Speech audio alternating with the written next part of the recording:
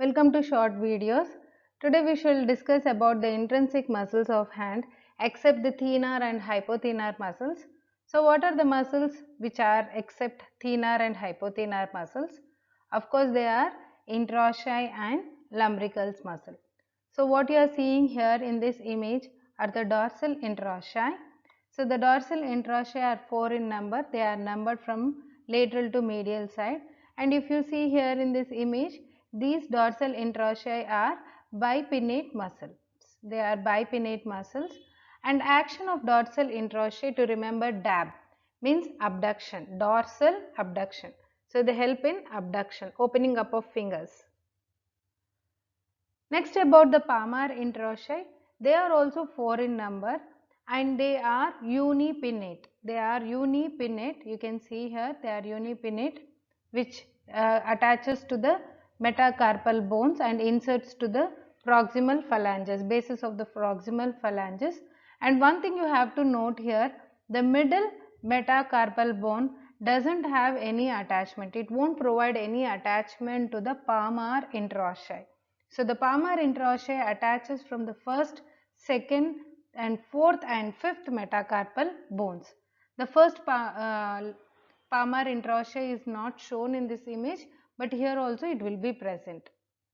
So the action of palmar interossei is pad, means palmar interossei adduction. So open the fingers, then close them. So they help in adduction. This is pad. So that's how you remember. And one more thing to note down, with the first dorsal interossei, it is pierced by the radial artery. You can see here it is pierced by the radial artery in the first web space. Let's talk about the lumbricals also. So the lumbricals, they are worm-like muscles present between the tendons of flexor digitorum profundus. These lumbricals gain their origin from flexor digitorum profundus and they get inserted to the dorsal digital expansion. So first two lumbricals are unipinnate, whereas the third and fourth lumbricals are bipinnate muscle. And action of the lumbricals, it is extension of interphalangeal joints, both proximal and distal as well, whereas the flexion of metacarpophalangeal joint. So flexion, extension of interphalangeal, flexion of metacarpophalangeal joint. So that is the action of lumbricals. So let us have some case discussions regarding this. A 35-year-old man who works as a writer presents for the evaluation of difficulty writing, and he states that over the past couple of months he has had progressively worsening right hand weakness, and particularly with upstrokes with the pencil. And physical examination reveals weakness in the extension of second and third interphalangeal joints. So there is a problem in extension of second and third interphalangeal joints, and provider suspects that the involvement of lumbrical muscles. What is the innervation of first lumbrical muscle? So now we are going to deal with the nerve supply, musculocutaneous nerve, median nerve, ulnar nerve and radial nerve. Which nerve it could be? So the answer is the first two lumbricals among the intrinsic muscles of just now whatever we discussed. The first two lumbricals are supplied by median nerve. So the answer is median nerve is the answer. So the lumbricals action, we know extension of interphalangeal, flexion of metacarpophalangeal joint. So all the four lumbricals flex their respective metacarpophalangeal joint and extend proximal and distal interphalangeal joint. So this is the position you have to remember.